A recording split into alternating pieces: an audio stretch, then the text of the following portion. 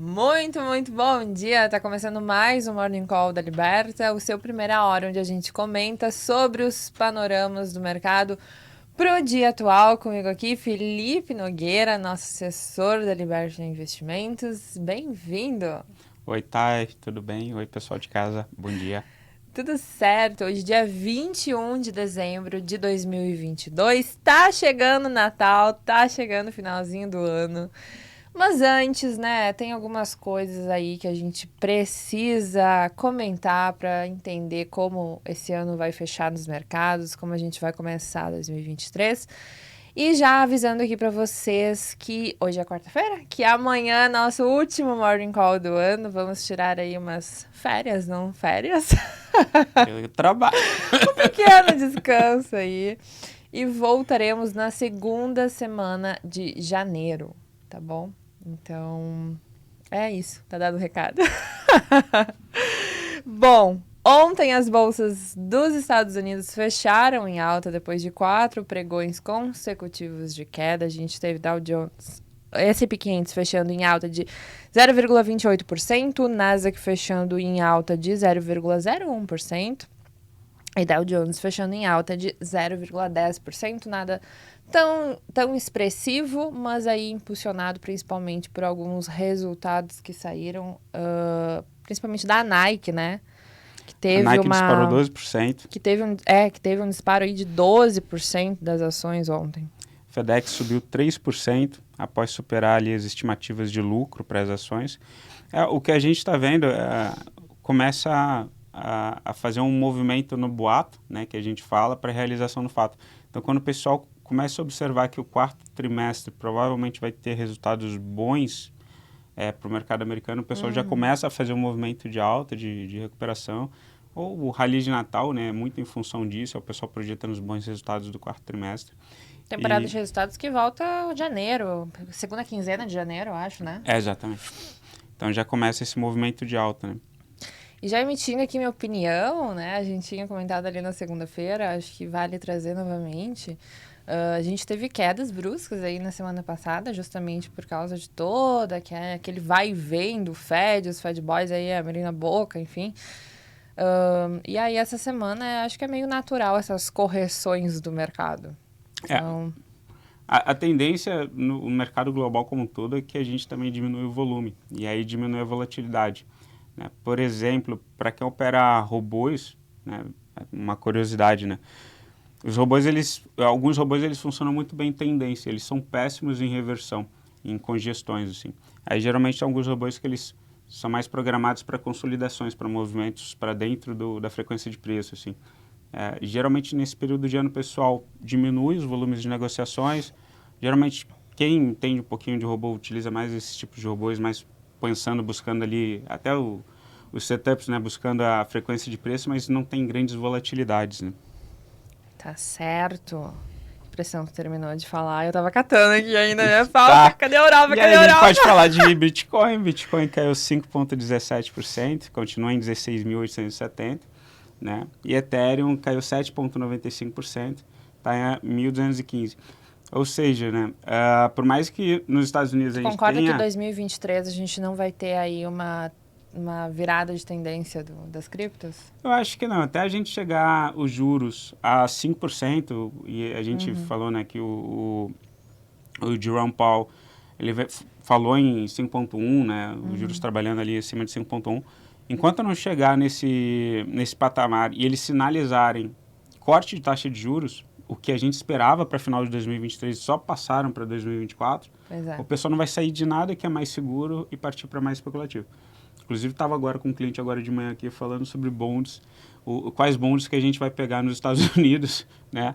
E renda fixa brasileira, porque as taxas estão muito Já boas. pegando gancho, a gente teve um almoço grátis na segunda-feira agora sobre bonds. Exatamente. Então tá aqui no canal, vale vocês darem uma olhada aí. Bom, Europa, tudo azul por lá, seguindo Nova York, tá? Os futuros de Nova York não cheguei a comentar, mas estão também aí em alta nesta manhã. A gente teve bolsas da Ásia fechando sem uma direção única e, na verdade, aí Tóquio caindo em queda com a mudança nos juros por lá, que foi um pouco repentino, diria. Nikkei fechando com queda de 0,68%, Hong Kong alta de 0,34% e Xangai fechando em queda de 0,17%.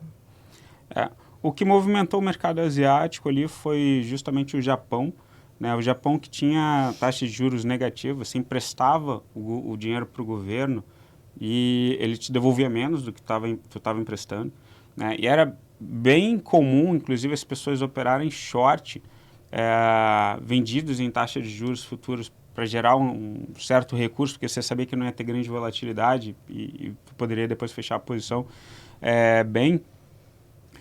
E aí a gente teve a notícia do Japão que eles aumentaram a taxa de juros, tá? O Banco Central japonês, eles mudaram a taxa de juros, coisas que eles não faziam nos últimos 10 anos, e agora as taxas de juros lá estão sendo negociadas até 0,5%, né? Sendo que o teto anterior já estava em 0,25%. Subiram a taxa de juros, e aí o que acontece com a bolsa japonesa? Cai. O pessoal sai de tudo que é mais especulativo, né? E acaba indo para taxas mais seguras, assim, mais interessantes, né? Dólar abriu em leve alta de 0,12%, juros futuros abriram em queda e o Ibovespa futuro aí abriu em leve alta de mais ou menos 0,07%, estava agora há pouco. Isso muito ali em função do petróleo Brent, que é referência para Petrobras, ele está subindo 1,13%, está em $80,89. E o minério de ferro também alta de 0,27%, né? Muito em função de recuperação de China, de Ásia, né? Perfeito. Bom, vamos entrar agora em Brasil, nossa última pauta por aqui. A gente teve notícia no final da noite de ontem. O Lira marcou para hoje, quarta-feira, a votação em segundo turno da PEC da transição. Ela que foi aí aprovada em primeiro turno, tá? Com algumas mudanças. A gente o texto manteve a elevação no teto, a elevação do teto de gastos em 145 bi, 23 bilhões em receitas extraordinárias, porém reduziu aí o prazo para 1 ano. O que a gente estava falando, inclusive, no call que foi para sábado, né? A gente gravou na sexta e foi para sábado com a Bruninha. E aí me perguntaram... Não expõe que a gente gravou na sexta-feira, para o pessoal achar que a gente estava eu não trabalho sábado de manhã gravando. Mas aí me perguntaram, né, uma palavra para o final, que a gente fala ali no finalzinho da gravação. E eu falei, eu tô otimista. Eu te perguntei. Tu me perguntou? Que eu não me lembro direito, tá. Mas aí me perguntaram, tá, como é que você tá pro mercado? Qual a palavra que vai definir semana que vem? Exatamente. Eu falei, oportunidade. Oportunidade. Porque já estava bastante descontado. Uma coisa que a gente observa, e que eu gosto bastante, os meus clientes sabem ali, os estrangeiros eles estão comprados em 154 mil contratos do mini índice e vendidos em 62 mil contratos do mini dólar, né? Com PL da Bolsa, por mais que a gente fale em queda de lucro para 2023, que a gente fale de tributação do dividend yield, e aí ajustes de payout, mas a gente está com PL abaixo da crise de 2008, a gente mostrou no gráfico no finalzinho ali da apresentação de sábado também.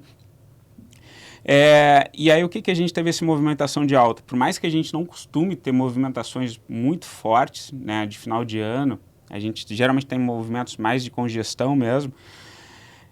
A questão é que a PEC, e aí ninguém esperava, foi muito repentino esse aprovações e negociações sem o governo do PT ter assumido ainda, né?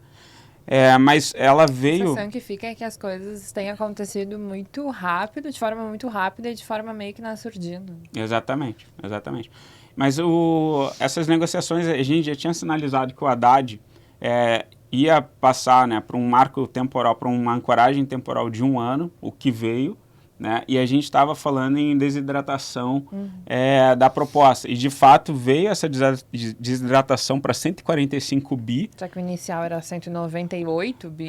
Só que 145, por mais que o Gilmar Mendes tenha colocado até eu não vou entrar no mérito aqui se o passou ali no sentido de que ele determinou o orçamento federal quando é competência do Congresso, fazer certas aprovações, mas ele passou do benefício de R$ 600, ele falou que estaria fora, mas aqui está incluso, está nessa proposta. Agora eles vão tentar finalizar essa aprovação dentro do Congresso e como teve alteração, aí precisa voltar para o Senado, para o Senado também bater o martelo em cima e aprovar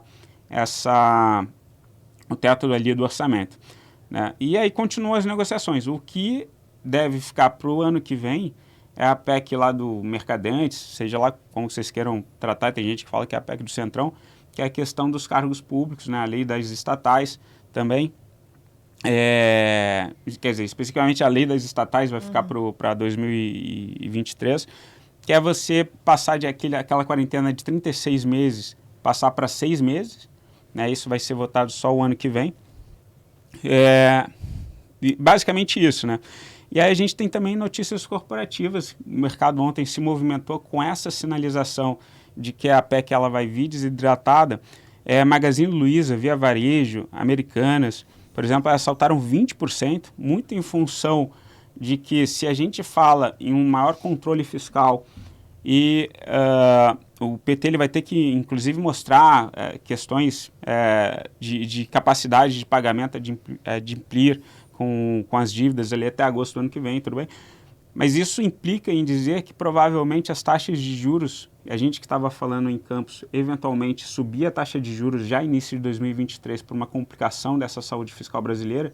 Se a gente tem um endividamento menor, né, e com um marco, uma ancoragem temporal de 1 ano, isso permite dizer que a gente volta àquele cenário que a gente não vai subir a taxa de juros, né, provavelmente a gente volta a ter taxa de juros ali, pode ser no primeiro semestre ali de 2023, e isso ajuda o varejo, porque as pessoas quando elas vão pegar um financiamento, quando elas vão fazer um parcelamento lá de compra, né, as taxas de juros prejudicam. Quando a gente fala em queda... Um dos principais setores que é prejudicado quando a gente tem elevação na taxa de juros é justamente o varejo. E aí a gente viu os DIs futuros ali, as curvas se juntando, né, e isso é positivo então para o varejo. Outra notícia importante, a Sul América, né, ela vai deixar de ser negociada, o Sula 11, o ticker Sula 11, a partir do dia 26, tá, após a incorporação ali pela Rede D'Or. Então, quem tiver a Sula 11 vai assumir essa posição e aí tem que ver exatamente com o teu assessor quanto que você vai ganhar de Rede D'Or, como é que vai ser o processo ali. Petrobras também concluiu a venda ali do polo de Carmópolis, por 1,1 bi. A Petrobras que ela está focando muito mais no pré-sal, né? E aí isso tem dado espaço para tanta parte, pessoal que faz exploração, pessoal que faz produções, deixando outros players entrando no mercado. Então isso também tem favorecido a Enat, Prio, enfim, outras empresas do segmento. Né? Perfeito. Acho que finalizamos aqui. Não, aí eu vou passar uma mensagem, ó, a gente também, a gente está no meio, eu sei que dia semana de festas, eu desejo a vocês ali excelentes festas. A gente estava comentando com a Thay, a gente está no meio também de um feriado judaico, que é o Hanukkah, né, que é um período muito legal, assim, que é chamado a Festa das Luzes. E eu estava explicando o sentido, que é bem legal a gente trazer isso para a nossa vida em 2023, que é a busca de uma melhoria constante. Né?